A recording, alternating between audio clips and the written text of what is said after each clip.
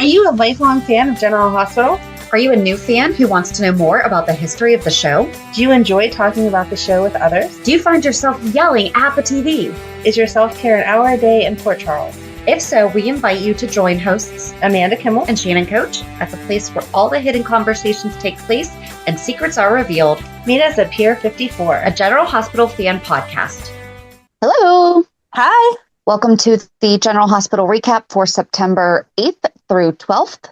I feel like we're kind of getting to kind of like a womp-womp, or it's just, I feel like the next couple of weeks is just going to be the same. Yeah. Week after week.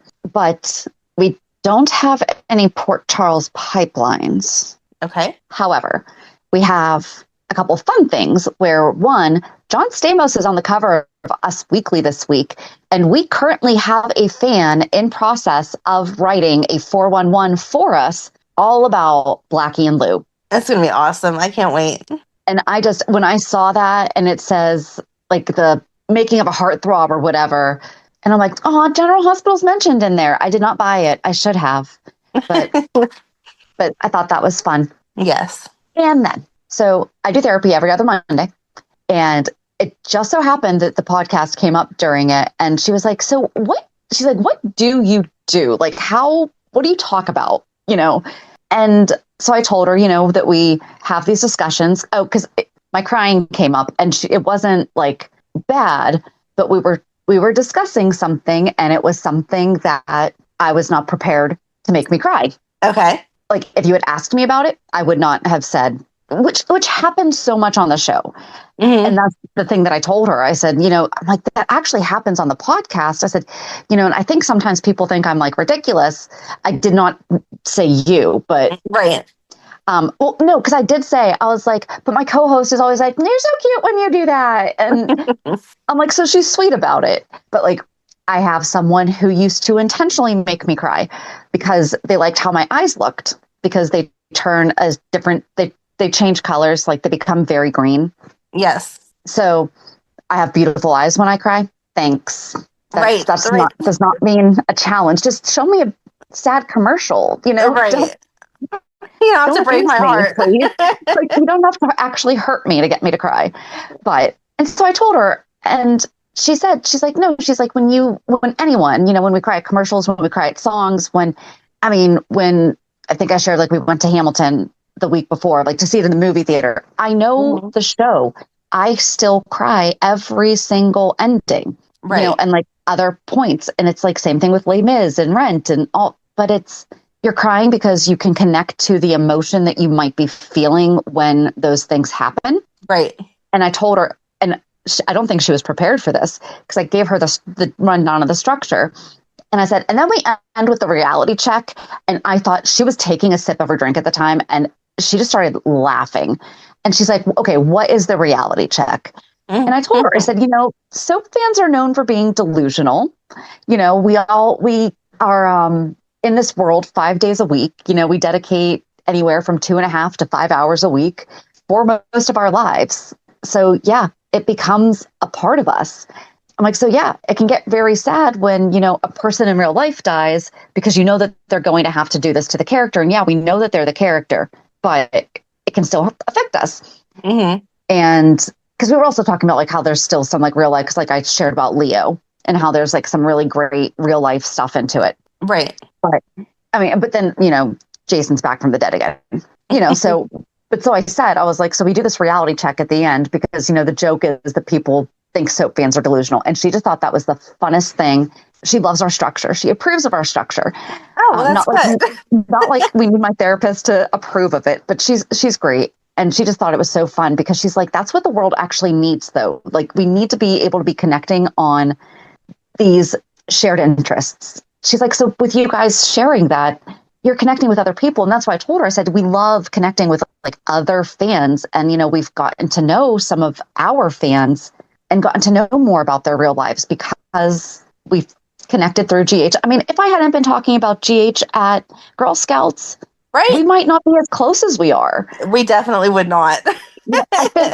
No, though, because we have a lot in common when it comes to our backgrounds. But this gave us something to talk about straight out the gate. I think that it's what keeps us connected more, though, because as busy moms with the issues that we've had with our kids, yes. is just more of an excuse that real life gets in the way of connecting. Yes.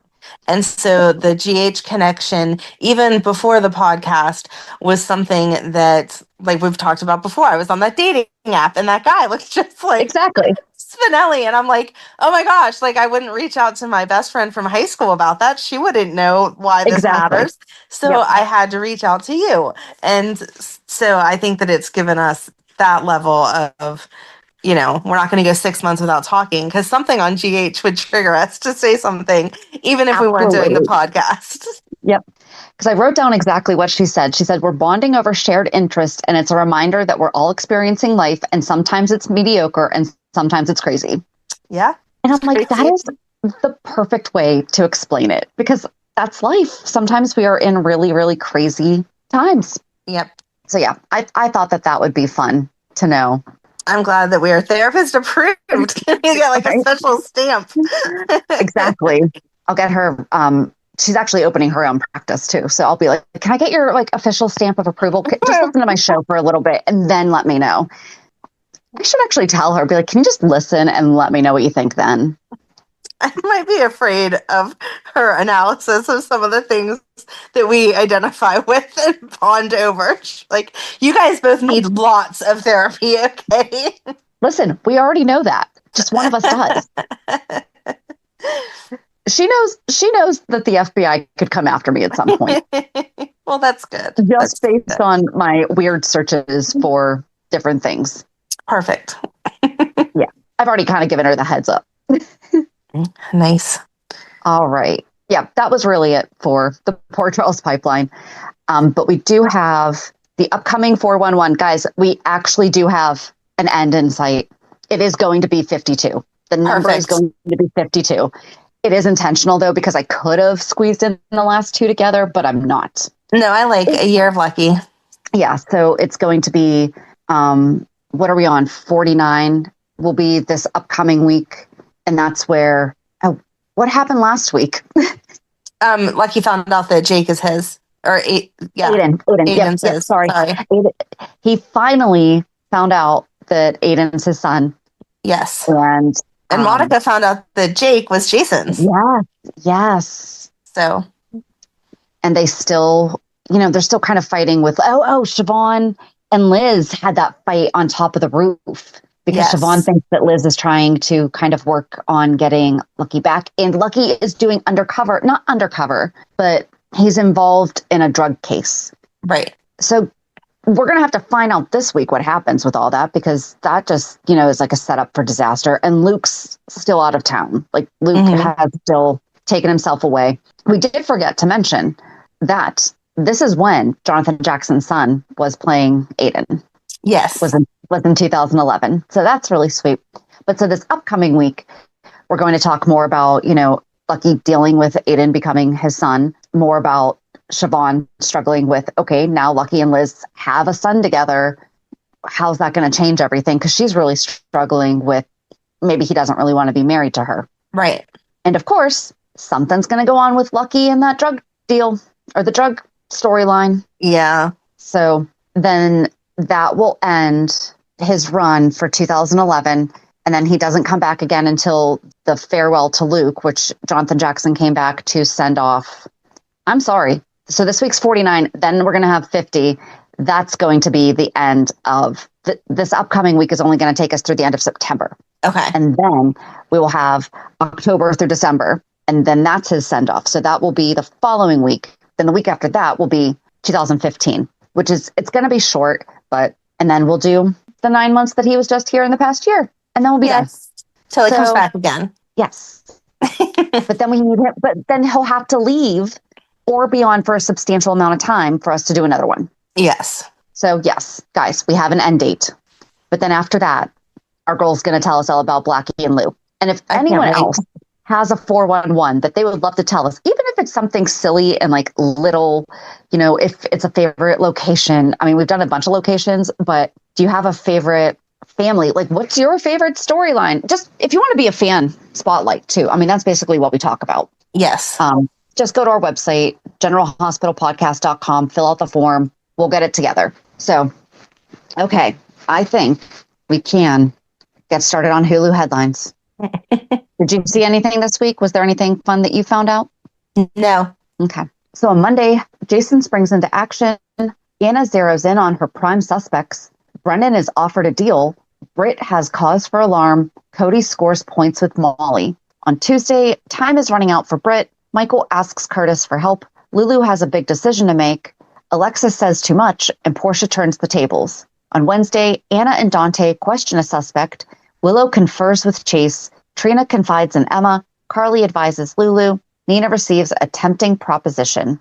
On Thursday, a shocking return rocks Port Charles. Jason is stonewalled. Nina briefs Lulu. Dante is caught off guard, and Lucas grills Carly. And then on Friday, Anna defends herself. Dante and Lulu break big news. Elizabeth cautions Lucas. Sonny reveals his plan, and Brennan wants answers. Yep. All that happened. All those things happen? They did. Where do you want to start?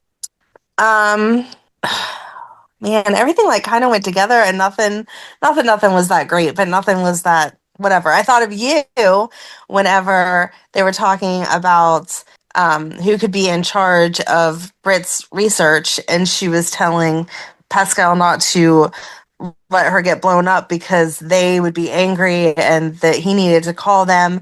And then there was the whole conversation about, well, it can't be Faison. His brain's in a jar. And I was like, we literally just talked about that last week. Here's the thing, though. They didn't say that it couldn't be him. I mean, obviously that is implied when you say that somebody's brain is in a jar. Right, exactly. But, well, no, because that was Valentin and, oh, yeah. Yes, I was happy for you there.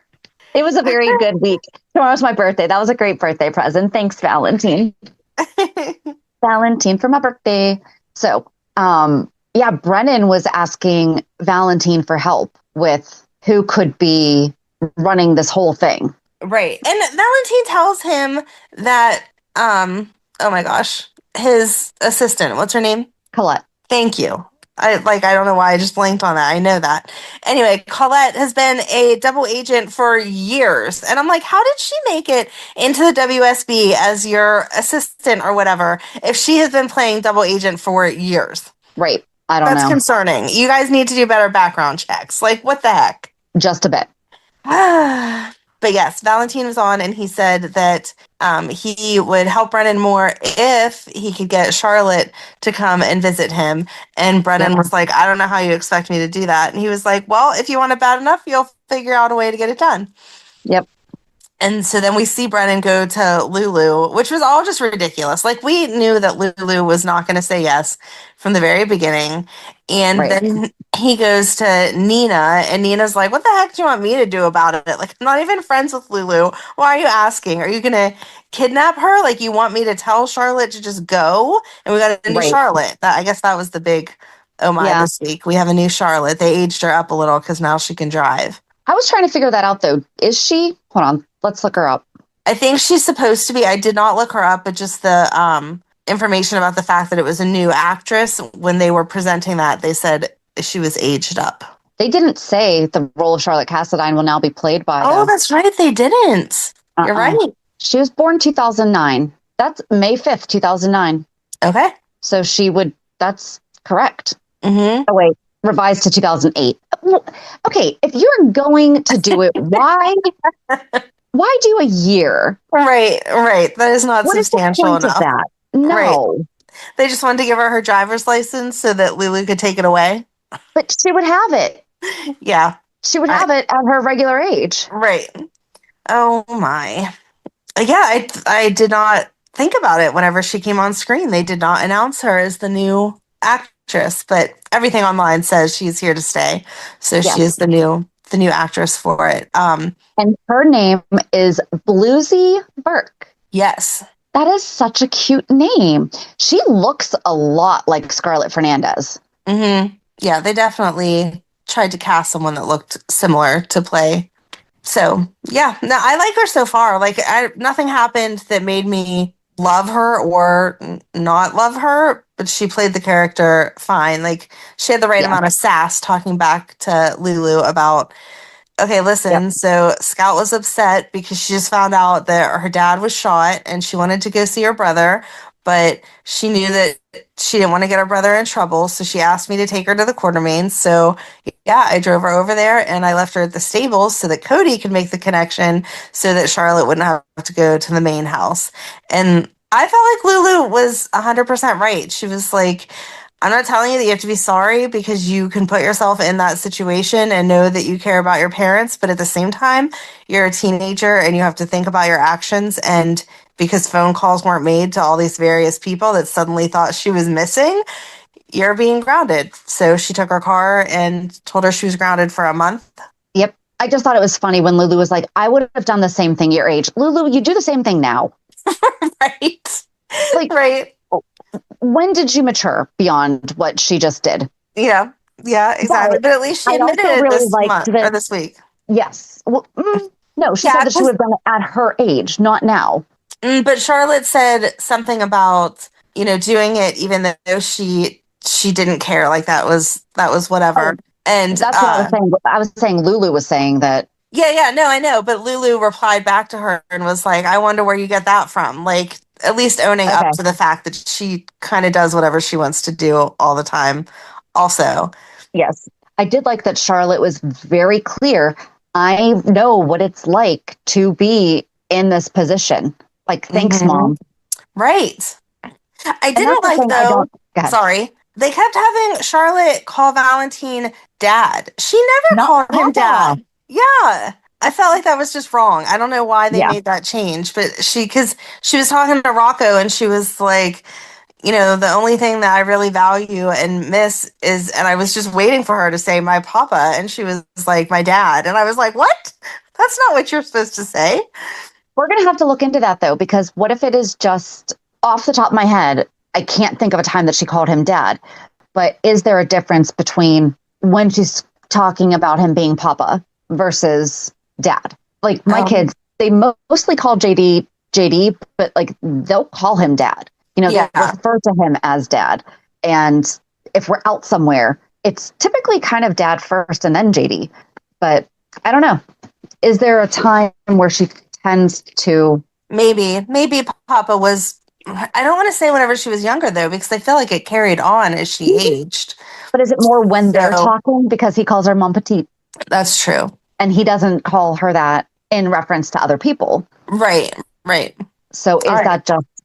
But I feel like that is something that she would talk to. Or is she not saying it because Lulu is so against Valentin that she doesn't want to have her mom have any opinion of the fact that she has a term of endearment towards Valentin? Maybe.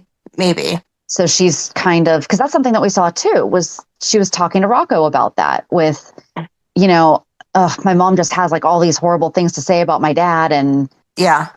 Could it be that she's just trying to, you keep the peace. You just kind of, you don't rock that boat. What do you know that it's going to capsize? Yeah. I did like, so we saw Brennan talk to Lulu and her be like, absolutely not, which we knew to expect. And then she called Carly over and kind of yelled at Carly and was like, your boyfriend is trying to tell me that I need to let Charlotte go visit her dad. And Carly was like, I'm not sure why you're calling me because that's WSB business, not like personal stuff. But at the same time, would that be such a horrible idea? But I liked that it was Nina that came in and was like, I talk to Charlotte all the time. And Lulu says, yeah, I know. I'm glad that you guys still have that relationship. And she says, yeah, and 90% of our conversations are how much she misses her dad and that she wishes she could talk to him and whatever. And it kind of was a light bulb moment for Lulu that she may want to reconsider. And then Nina even said to her, if you say no, Brennan's going to go directly to her and then you're going to look like this horrible person, where instead, if you facilitate it, you can kind of control the narrative and then you still come out on top as, oh, my mom was so nice. She let me go visit him. I don't think anything's ever going to make it seem like Lulu is so nice for letting her go see Valentin because she knows that is not what she wants to do. I don't think that even if she does let her, I think that Charlotte's going to be appreciative And I don't think it's going to help. I don't think it's going to change how she's a very smart girl. It's not going to change. She knows how her mom feels. She knows that her mom is probably just doing this because what's in it for her, not because it's what Charlotte really wants. And how dirty. Wait, so one of her punishments for being grounded is to clean off the porches. That's what Rocco's punishment was. How dirty are Lulu's porches? Her kids are never home. Maybe because of the dog now. They have the dog. Maybe he's like running dirt up on the porch all the time. Okay. I took it as like, although when did Rocco do it? Was that closer to the beginning of summer? I guess that could have been putting out the stuff and now we're closing up. There you go. Okay. That was just my first thought when she said that was, I'm like, how dirty are your porches? But anyway, yeah, like I don't think Charlotte's going to buy that Lulu has a change of heart for one visit. No, I don't think she's going to think that she has a change of heart, but I do think that even if it doesn't do anything good by saying no, it would do a lot bad. Yes. And so it's better to say yes. And then Lulu got the call from Rocco that he had hit his head on a tree branch whenever he was looking for the dogs. The dog escaped because he was off his leash because it was all tied up weird. And Obrecht was the one taking him to the hospital.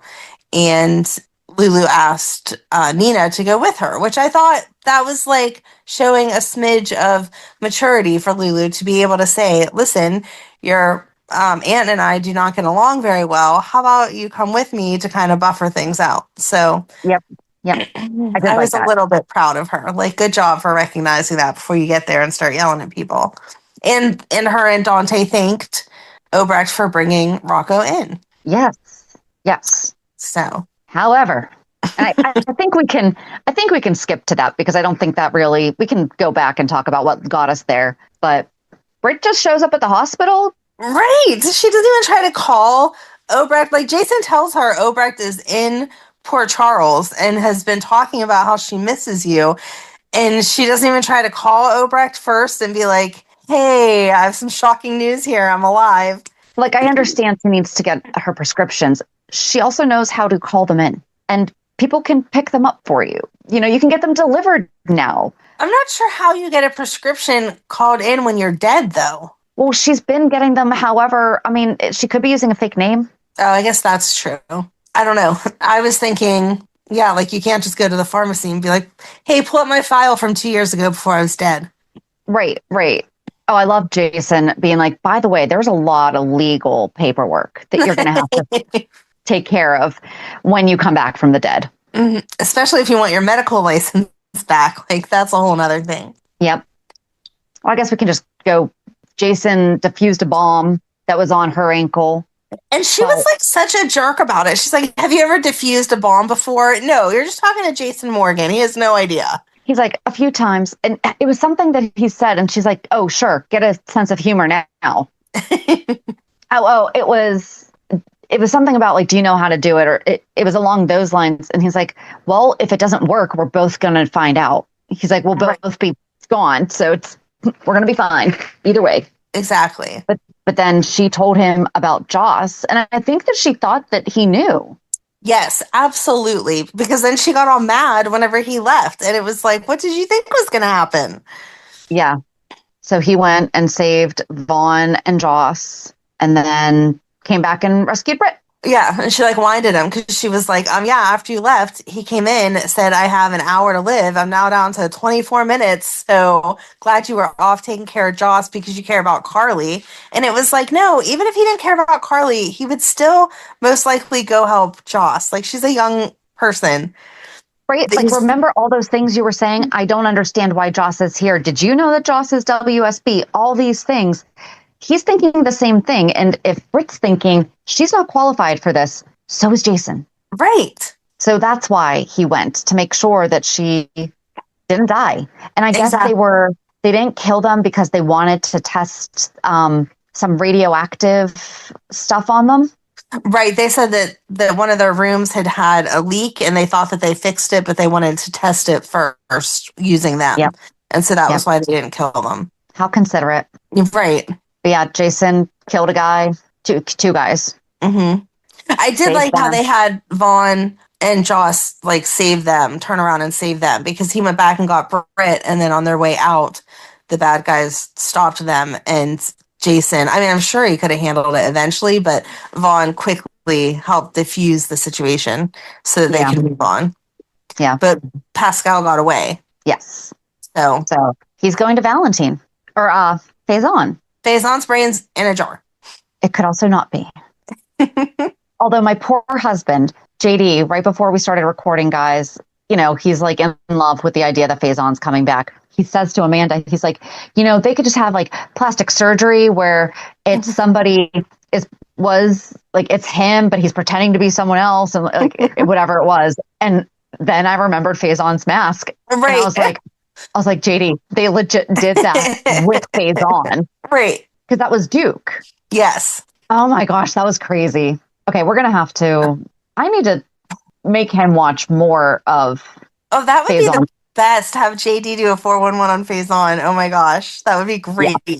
I will request that. But it's also difficult to find because remember we did the whole cartel. Yeah. And now it's off YouTube. Right. So I feel like that would be that'd be interesting. I would just love his perspective on it and how excited he gets. Is cute. It is. He just likes the way that he talks. You have heard him do impressions. Mm-hmm. He gets very animated and he just likes the way it was one of the first episodes that he saw I was watching. And it was, I guess he went into a restaurant and it was the way that the host asked, like, who are you? And he's like, Cesar Faison. Like, right. Seriously, you don't know who I am? And there was just something about it that he loved it. And so like he started looking up things and he's like, he's really creepy about Anna. I'm like, yes, he is. Yes. Oh, it'd be so fun. That would be. All right. I'll get on it. Yeah, so we don't know where Pascal was going. Jason and Britt went back to Port Charles and Joss and Vaughn went to Australia to make her original cover look like it was real. Right. And they're just like this lovey-dovey romantic couple. All of a sudden, I know they hooked up, which we made fun of, how they, you know, killing someone never brings two people closer. Right. So they had the whole hookup there, but like Vaughn has been taught not to get involved with your coworkers here. Yeah. And now he's on this mission and they like walk into this room or walk in like to this hut or whatever. And he's like, oh, I'm so glad to be back here because I couldn't do this on the beach. And like instantly throws her down on the bed and they go at it again. And I'm like, really? You don't think the WSB knows where you are and that they're going to send someone for you? Even if it wasn't Brennan himself, you don't think someone's coming to look for you? I thought it was going to be a dream. I thought it was going to be they were on their way back. And Joss wakes up and is like, oh, you know. Oh, that would have been good. Yeah. You know, because she's been trying to not have these feelings, like the quote unquote. Right. Remember, we talked about when the shift was that it looked like she was starting to think, oh, shoot, you know. But yeah, this is definitely, it's not his first mission. You think this is the first woman they've ever hooked him up with? Right. Right. And so then Brennan comes in and they both grab their guns. And then he's like, all right, I'm going to step outside for a minute for you guys to get yourself composed. But no, this is not what you were signed up for. I will say that was pretty cool. That was a good scene where they both were very quick. At least they were quick. They were like fumbling for them. Right. Right. And no sheet slipped and we're good. Yes. Yes.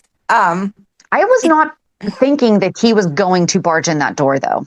I didn't think it would be him. I thought that it would be someone else like on their team. Like obviously they're supposed to have ops like all over the world. So I thought someone else would have been knocking on the door being like, yeah, this isn't where Brennan was sending you. So why are you here? Right. You think that they don't have trackers on you guys? Come on. Exactly. So yeah, they definitely have Life 360. Definitely very, very odd. But I also thought it was weird that, so back like at that same time or whatever, we see Jason show up to the police station and Carly's shocked to see him. And he's like, yeah, it's nice to see you, whatever, but I need to talk to Anna, and kind of kicks her out. She gets mad. Typical Carly. But then he starts yelling at Anna about how long did you know that Joss was in the WSB? Why didn't you tell me? And she says that she couldn't tell him because Brennan would have her arrested and sent to the same prison that Valentin's at if she would have, betrayed the trust of the Bureau or whatever. And she asked Jason, are you going to tell Carly? And he's like, no, I promised Joss that I wouldn't. Why would you make that promise? And why would you hold to it? Yep. I'm sorry. No. I love your kids. If they came to me with a big secret, I would try to help them through it. Something like that, I'm going to let you know when they're in danger. Exactly. There are limits to being the cool aunt and uncle. There is absolutely the point where, hey, so, your daughter just started working in a job that she might die, and you think that she's being a research assistant for somebody, Right. She's not even supposed to be a research assistant right now. She's supposed to be helping some old lady that fell and broke her hip in Australia. Right. Exactly. Oh my gosh. Yeah, I'm sorry, but no, Jason, our bonds of friendship mean more than whatever promise you made to Joss, because just no. Even if they weren't friends. Right. Especially. Right. Because Anna even says, what is Carly going to do to Brennan whenever she finds out that he put her daughter in this position? And it's like, yeah, when are you going to tell her? Because this is ridiculous. And Anna goes off to Carly before Jason gets there and says, yes, I know that you said. So Carly goes to Anna to tell her, hey, Drew's going to come back and say that I threatened him. I did threaten him, but I was not the one that shot him. And I did like that. That was yes, right. I mean, you got to get ahead of it. So Anna was like, yeah, Brennan gave you an alibi, but I don't believe anything that he says. And Carly's like, well, I mean, we can provide proof. And she's like, yeah, fabricated proof. Because again, I don't believe anything that Brennan says. And Carly's like, what do you mean? And Anna's like, that man lies about everything. He's the best liar that I know. So being that Anna knows him that well, and now knows that Jocelyn is in the WSB, you guys are all really just going to stand around and be like, oh, we promised we wouldn't tell anyone. Right. What the heck? I don't know. I'm assuming you can get let go from the WSB. So maybe after this hookup that Brennan's going to be like, yeah, sorry, Joss, but you're out. I think so, because, just this relationship alone. And it's not like they even waited months and then it was just too much for them. They waited minutes. Right. Like, when you are a super spy, you are going to get into life and death situations all the time. Right. You can't keep ending by having sex. Yes, exactly. That was Vaughn's excuse, because Joss is like, why do you think we have such a strong connection? And he's like, oh, because we just survived life or death, and so everything is heightened because we shouldn't even be here now feeling these things. And I'm like, spy are you? You should be having those feelings of life and death and, oh, I escaped at the last second on all of your missions. Aren't they all dangerous? Isn't that why you're there? Well, and how many women has he said this to? Yeah. That's his line. Right. Ugh. I don't think that he's really a player. Like, I don't. But you have to think of it that way, too. He also made that great story about owning a dog. Right. He also is a great liar. We don't know what's true. Yeah. Yeah, I'm really, really curious to see how Carly reacts. Because I think that she's going to break up with Brennan. Thank goodness. She has to, yeah. They are boring. But also, is she going to be mad at Anna? Because Anna even told Jason, Joss is an adult. She can make her own decisions. And also all the other things that, like, she would have been for treason and all that. But I don't think that she can be, she's Carly, she can do whatever she wants, but I don't think she should be mad at Anna, because Anna tried to talk to her and said, like, I'm concerned about my granddaughter because she's hanging out with Dalton, and your daughter's been hanging out with Dalton. And Carly flat out said to her, she's a little nicer with her words, but basically, mind your own business. I'll raise my daughter how I see fit, and you do what you do with your granddaughter. So if she does say something crappy to Anna, that absolutely should be Anna's response. Like, hey, I tried to tip you off and you told me mind my business. So Yeah, she gave her a lot of wink, winks, nudge, nudge. yeah, exactly. Yeah, because that's when she said something about Joss is going to have to learn her mistakes the same way that her mom did, you know? Right. But I just think that it is beyond Carly's capacity to understand that Joss would even be doing this. Right. Like, this is absolutely not anywhere on her radar. Yeah. Yeah. Like, it is not anything that she would even consider being a possibility for her. So, right. She'll probably be like, you could have given like a little bit bigger clues. Yeah. But she did, because she did go talk to Joss after that and talked about the lack of photos from her trip, stuff like that. Right. Yeah. I just hope that it's like a Band-Aid and gets just over and done with, though. Like, let's just move on from it. They're going to break up. Oh no, Jack lied. What a shock. Right. Yeah, I'm ready to just, like I keep saying every week, I'm ready to see who's behind everything and just stop dealing with Brennan because I'm tired of hearing him. Like, yeah, he's not really doing anything except for relaying information back and forth and being shocked that other people are double agents. Right. So. Oh, that was one thing that he did say to Valentin, though. He said something about, like, it implied that he got demoted. Yes, because he's just whatever station master now. Yeah, when did that happen? I'm assuming that we were supposed to have picked up on that, or that they said something alluding to that way back in the beginning whenever Brennan got assigned to Port Charles and they opened up the office there. Like he was coming from somewhere higher up and moving over there was a demotion. See, I thought that he was maintaining, and that's why everyone was like, why is the director of the WSB in Port Charles? Right.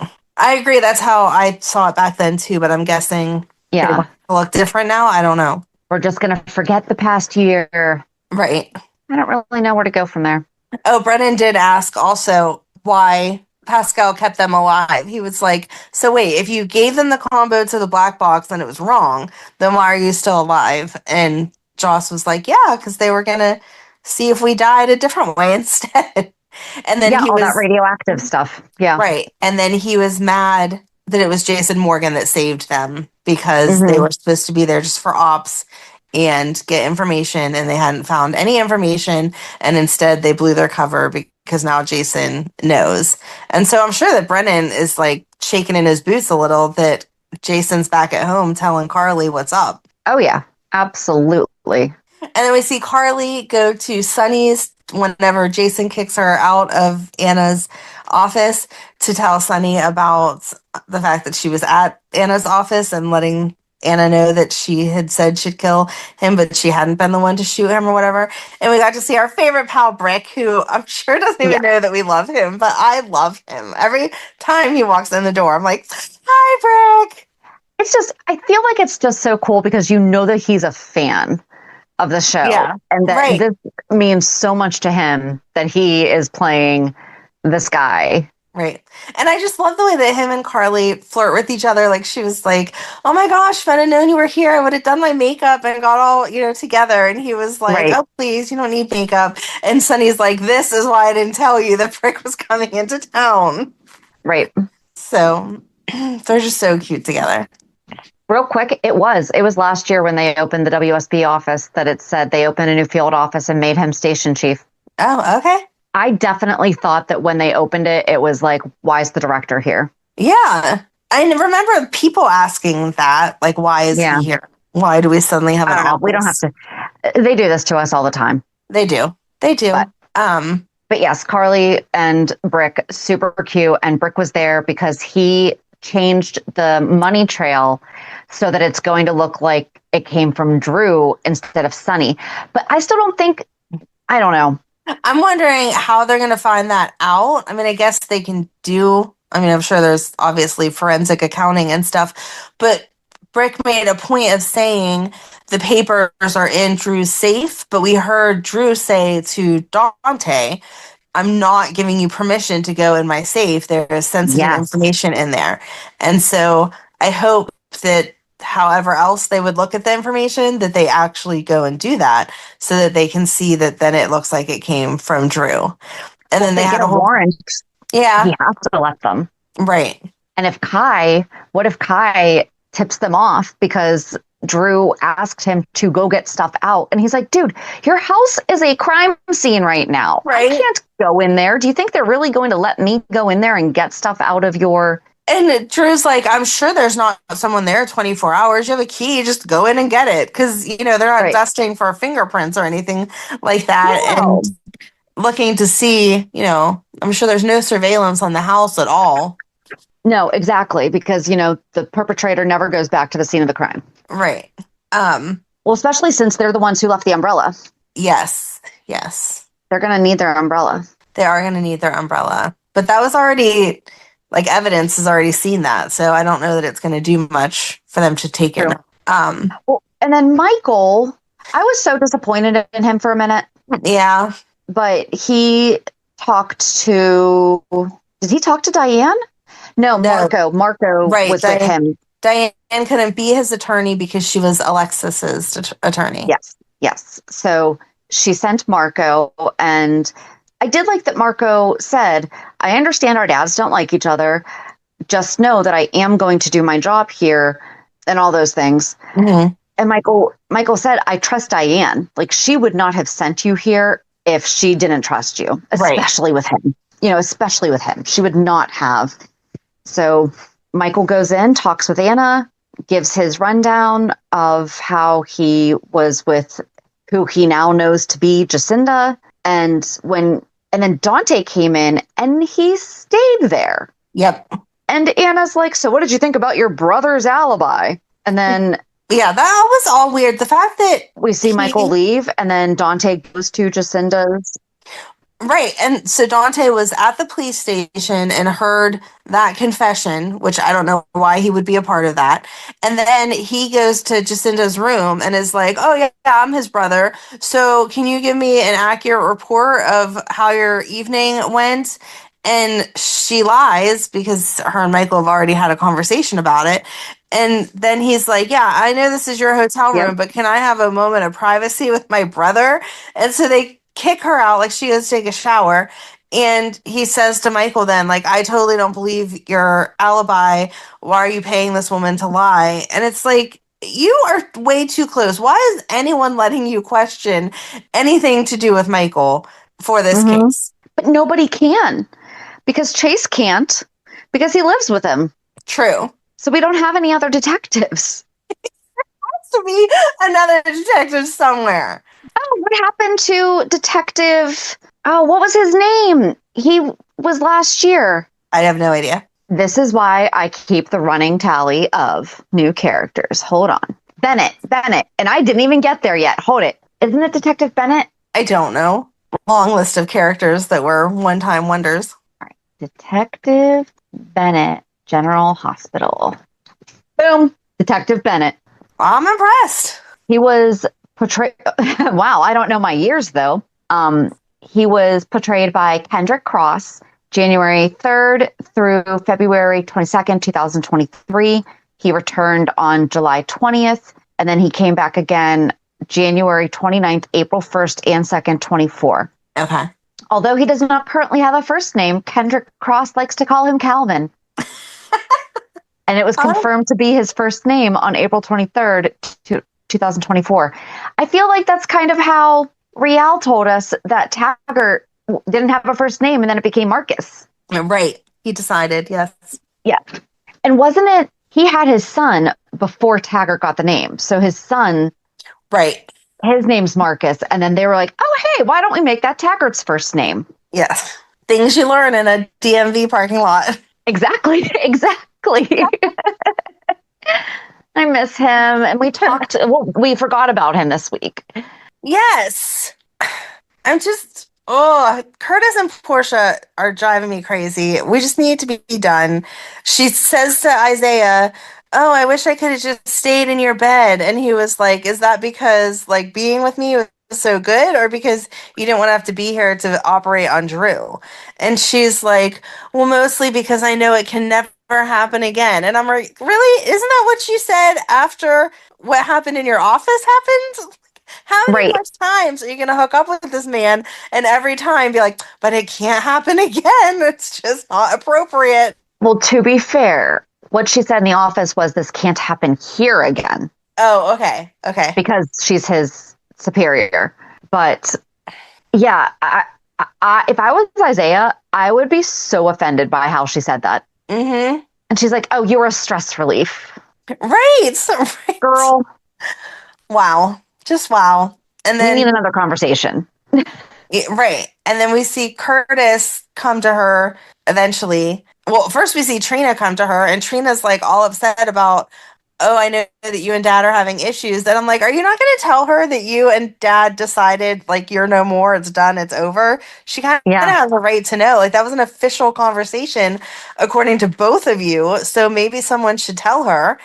And Trina is trying to just find out if there could be another copy of that test because she knows that they have got, or the test results. She knows that they got the only copy that they know of that was in Drew's safe, but was there any more? And so she's like being all happy about, well, maybe now this is finally all going to end and Drew will be happy because you saved his life.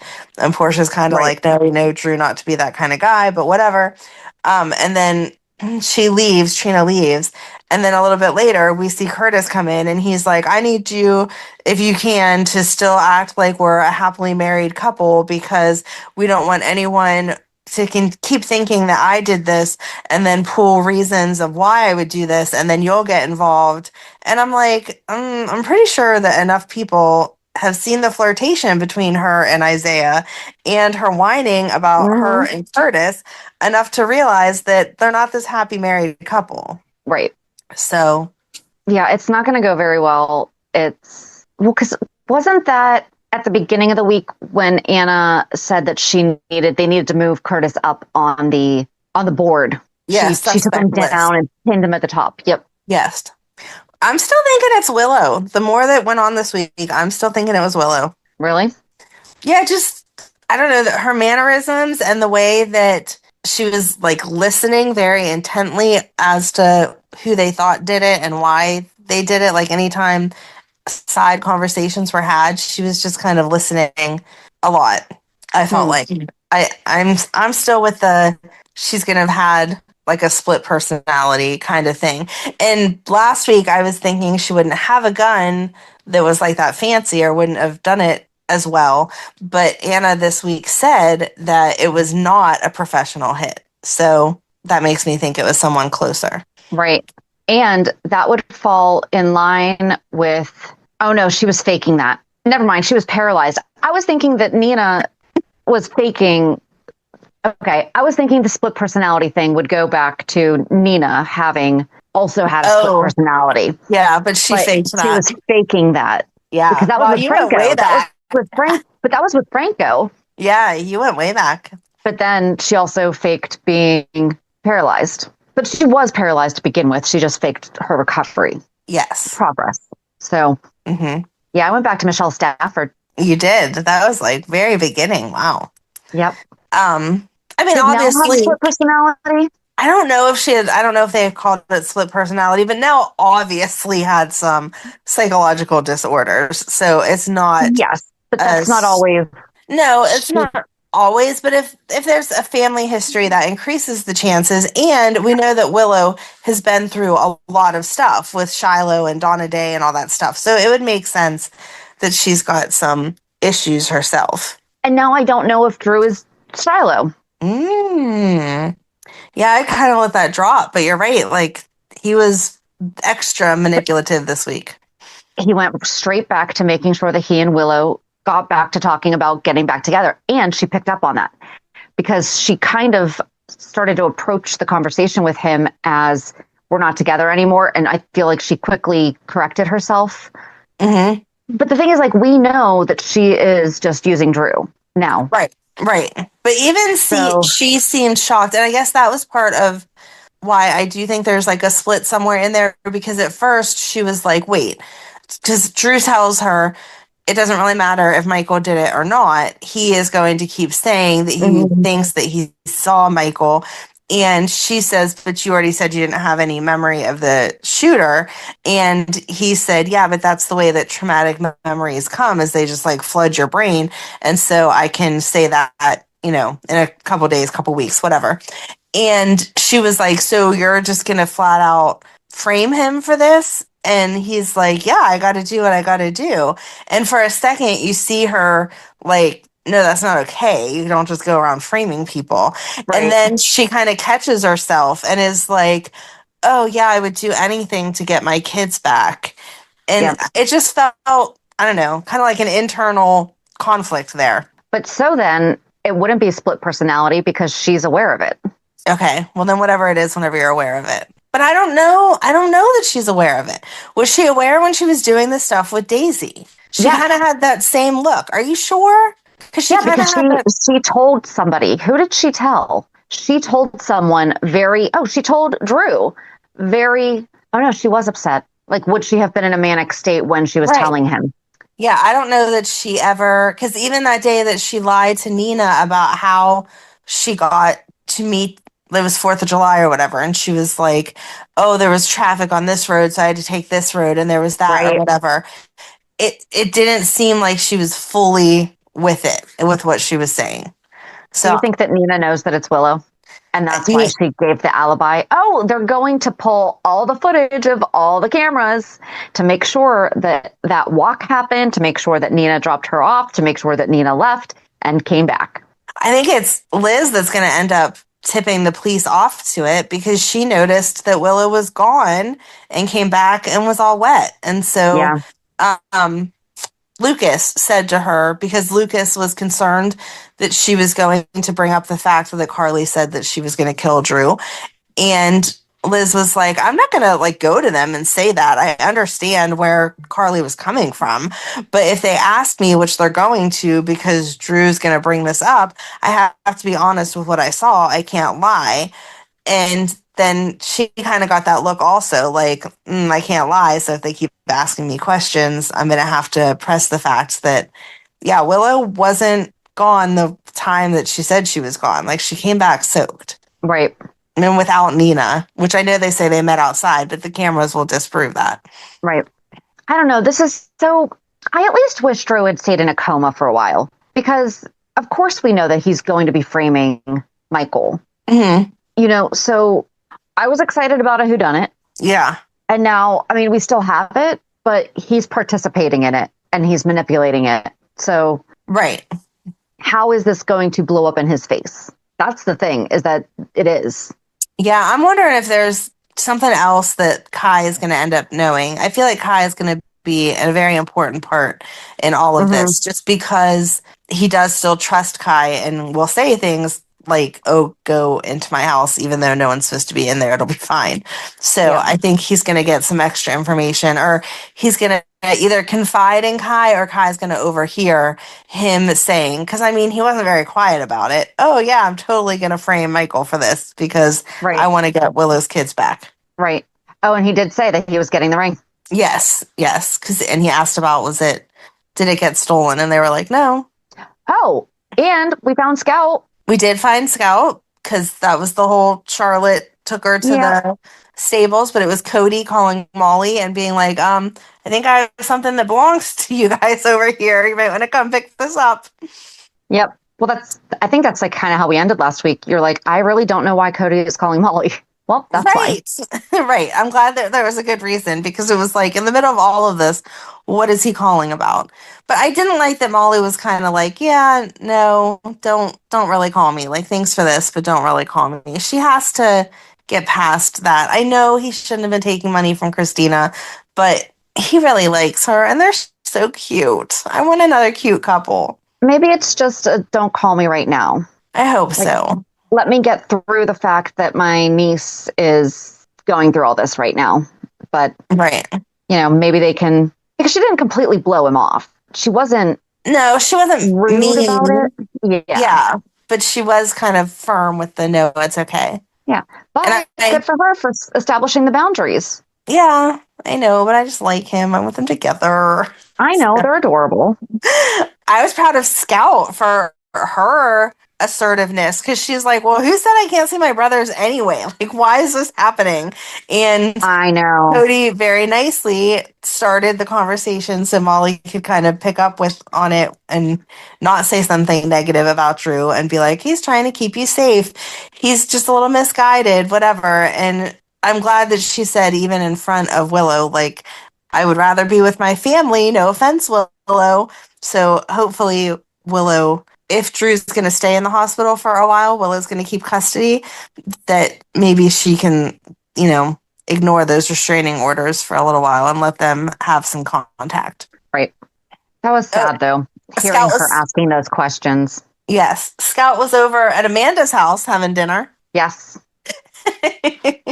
I wanted to know if that was swim coach Amanda or a different Amanda. Probably swim coach Amanda. But yeah, it was sad to hear her ask those questions, but I'm glad that she got it. On the other hand, the stuff with Rick makes no sense because even Rick, who is just ridiculous on a good day, would not leave his clients high and dry to go do an electronic cleanse at some spa. I did. When Christina's like, he has 400 missed messages. Who likes him that much? And it's like, no, it's not. It's first of all, probably a lot of spam. Right. But also, yeah, he's an attorney. He's a public figure.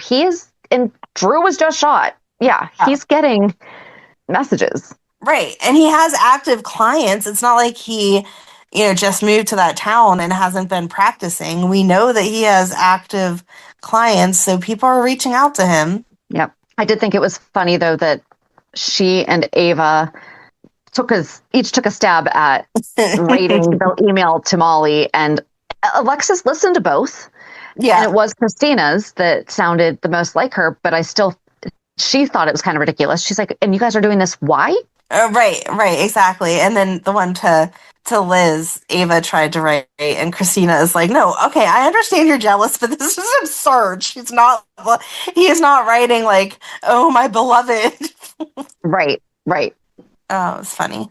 It is kind of scary to think how easy someone can get into all your information, though, because Christina was like, how are we going to do this? And Ava's like, easy. We have him downstairs. We'll just hold his phone up, his Face ID will open that up. We use his fingerprint for this. Like, They had everything in a matter of minutes and changed all the passwords so that only they could get into it. Oh, and Christina Ava's like, well, what's the password? And Christina's like, 66666.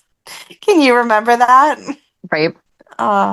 Where else? What else happened? Oh, there was just like a little blip. We saw Trina go to the coffee house and is like totally distracted. And then Emma comes in and tries to be a good friend and like listens to her and whatever. But then we see later Emma talking to Gio about how she's going to get all this information because now Dalton's starting to trust her. And he didn't really give her any information. No, except for everything's coming out tomorrow. Yes. But I still bet that it's something stupid. She's reading too much into it. That might be it. Yeah, I can't think of anything else. I don't have anything. Nope, I don't have anything either. Reality check. So how was your week? It was pretty boring. Well, dance started this week, so that's always fun trying to figure out how to get her where she needs to be because they like bumped her schedule up. So now some of her stuff starts at 4:30, and I'm like, yeah, I'm not sure how they expect me to have my life together in time to get her there at 4:30. But she's excited because she's in production this year, which is like a big number that all of like, whoever wants to be in it can be in it. But it's like from the little kids all the way up to the seniors. Aww. And they're doing High School Musical. And that was Matt's like favoriteest movie ever whenever he was her age. And so she came home and called him and was like, we're doing High School Musical and I get to be one of the basketball players and like the song is Get Your Head in the Game, blah, blah, blah. And I was like, oh my gosh, so excited. That is so cute. I don't know anything about High School Musical other than Zac Efron. Yeah. I don't know how you avoided all of those, but okay. Well, my age and my kids, they're just younger than. Yeah. Okay. Yeah. So were you like Teen Beach Movie? No. No? You didn't have a Disney movie that you had to watch 100 times? I don't think so. Oh, wow. All right. I don't think so.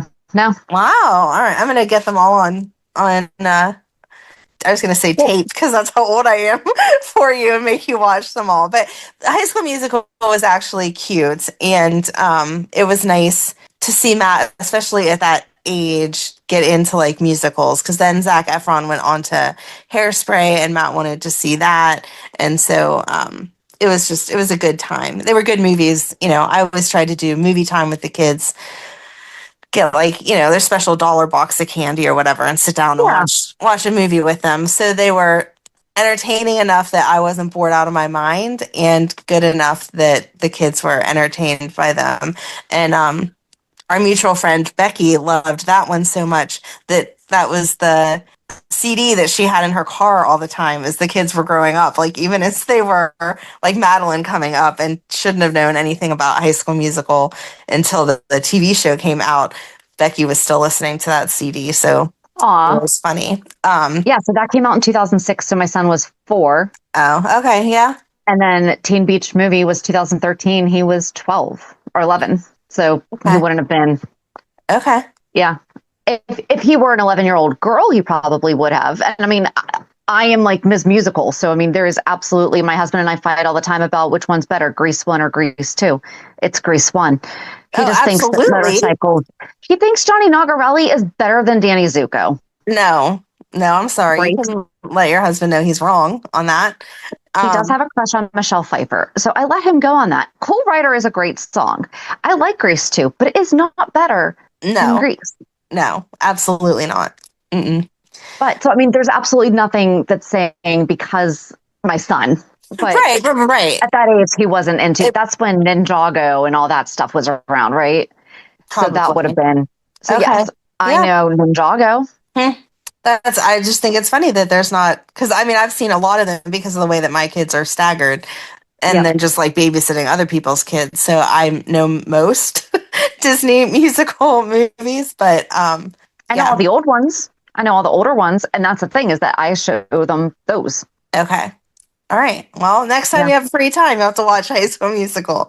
But yeah, so that's... Listen, I just watched Glee for the first time last year, which everyone is so surprised that I did not watch that show when it came out. But I'm like, yeah, I have a problem with covers. So... Yeah, I did not, like, I would watch that here or there whenever my niece would watch it, but I did not sit down and watch it. So yeah, I'm with you at that one.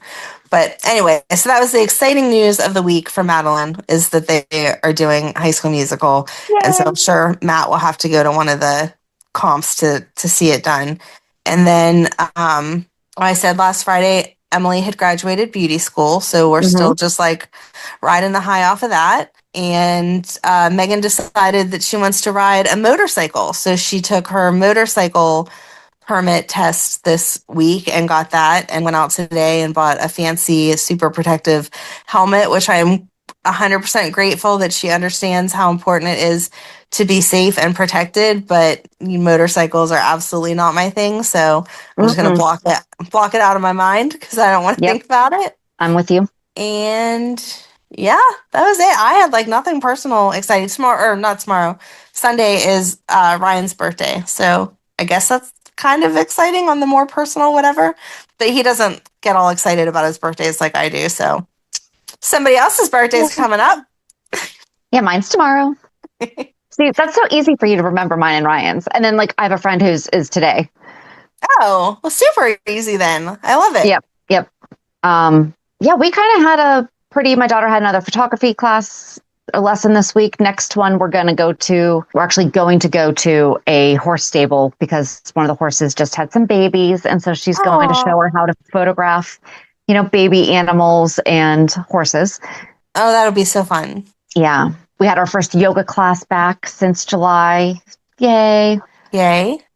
Really, she's just still fighting that cough. So we took her to urgent care just to make sure that it wasn't anything else. And it's not. It's just an annoying cough that she's working her way out. So I'm hoping next week we get just back to it, because she gets like these coughing fits that just limit stuff, because you don't want to be out doing something and then she's in the middle of having one and it's... Right. Even if she's okay, people are looking at you like, oh my gosh, what are you doing? Right.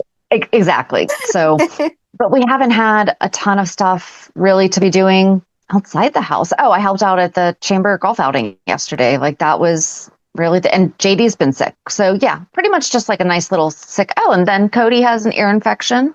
Aw. Poor Yeah, so puppy. I'm just going to leave my house. Right? So Cody's a dog, guys. I mean, not that that's not okay, but I'm just saying, like, in case you don't know who that is, it's my aunt's dog. And then she was feeling like a little funky. So yeah, I'm going to leave my home. Mm-hmm. Yeah, you need a vacation from those germs. Yes. But yeah, not a whole lot, work. Yep. Work's work. It's a good time. Wow, we are so boring. Yeah, exactly. Well, we gave our opinion on is it the aughts? Isn't that the aughts? Never mind. That was the first 9 years. What are you talking about? The decades. The decade of the aughts was the 2000 to 2009. Okay. So what were the tens? The tens? I think so. Okay. Or early the tens. Sounds so weird. All right. Movie review. There you go. Yeah, it does sound weird. But we won't be so boring on Thursday as we continue talking about Lucky Spencer. And I think this one is still Lucky and Liz. It might be. No, it's not. It's just Lucky. All right. Well, then, on that note, have a good week. And we'll meet you at the pier. Bye. Bye. If you enjoyed today's show, we invite you to go to pier54podcast.com to subscribe on your favorite platform. Don't forget to leave us a review. And you can also follow us on many social media channels. Just search for Pier 54 Podcast. Also, we are not perfect, so if there is something that we missed or messed up, just let us know by emailing us at pier54podcast@gmail.com.